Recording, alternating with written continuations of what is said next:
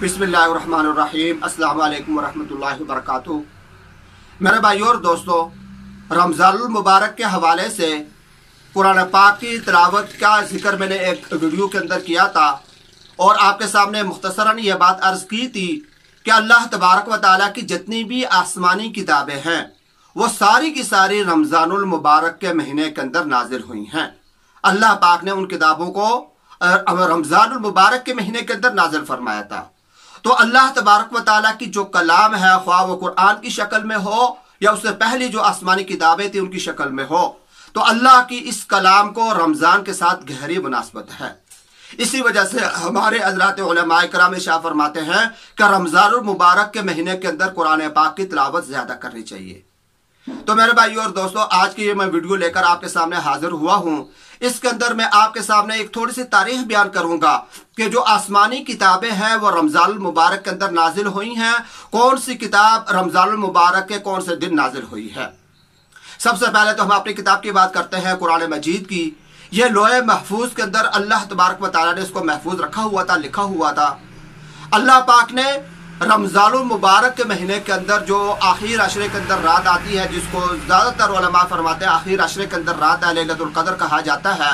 तो इस रात के अंदर अल्लाह तबारक व तआला ने सारे के सारे कुरान मजीद को लोहे महफूज से आसमान दुनिया पर, ये यानी जो आसमान हमें इस वक्त नजर आता है, इस आसमान दुनिया पर अल्लाह पाक ने इसको नाजिल फरमाया था। तो यह रमज़ानुल मुबारक के महीने के अंदर नाजिल हुआ। फिर आसमान दुनिया से अल्लाह तबारक व तआला ने जैसा चाहा थोड़ा थोड़ा करके दुनिया के अंदर हुजूर पाक अलैहिस्सलाम के ऊपर नाजिल होता रहा और ये 23 वर्ष के अरसे के अंदर ये पूरा कुरान पाक नाजिल हुआ। तो कुरान पाक जो है ये भी रमजान के महीने के अंदर नाजिल हुआ। इसके बाद हम आते हैं हजरत इब्राहीम अलैहिस्सलाम के सहीफों की तरफ कि अल्लाह पाक ने इब्राहीम अलैहिस्सलाम पर कुछ सहाइफ नाज़िल फरमाए थे और भी अंबिया को अल्लाह पाक ने सहीफे अता फरमाए थे। एक तो है 4 मशहूर किताबें, तौरात, ज़बूर, इंजील, कुरान पाक। इन 4 किताबों के अलावा भी अल्लाह तबारक व तआला ने सहीफे नाज़िल फरमाए थे बाज़ अंबिया अलैहिस्सलाम पर। तो हजरत इब्राहीम खलीलुल्लाह अलैहिस्सलाम पर जो सहीफे नाज़िल फरमाए गए वो तारीख के अंदर बात लिखी हुई मौजूद है कि यकम रमज़ान को या 3 रमज़ानुल मुबारक को ये सहीफे नाज़िल हुए थे। इब्राहीम अलैहिस्सलाम पर सहीफे यकम रमज़ान या 3 रमज़ानुल मुबारक को नाजिल हुए। हज़रत दाऊद अलैहिस्सलाम को अल्लाह तबारक व तआला ने अपनी बड़ी किताब अता फरमाई थी, ज़बूर उसका नाम है। यह आसमानी 4 किताबों में से आती है। तो ये ज़बूर जो हज़रत दाऊद अलैहिस्सलाम पर नाजिल हुई, इसके मुतालिक आता है कि ये 18 रमज़ानुल मुबारक या 12 रमज़ानुल मुबारक को अल्लाह पाक ने इस किताब को नाजिल फरमाया था। 18 या 12। मूसा अलैहिस्सलाम को अल्लाह पाक ने तौरात किताब अता फरमाई थी, तौरात। ये 6 रमज़ानुल मुबारक को नाजिल हुई थी। मूसा अलैहिस्सलाम पर तौरात 6 रमज़ानुल मुबारक को नाजिल हुई। ईसा अलैहिस्सलाम को अल्लाह पाक ने इंजील अता फरमाई और इंजील के मुतालिक आता है कि ये 12 या 13 रमज़ानुल मुबारक को अल्लाह पाक ने नाजिल फरमाया। इसको 12 या 13 रमज़ान को इंजील नाजिल हुई।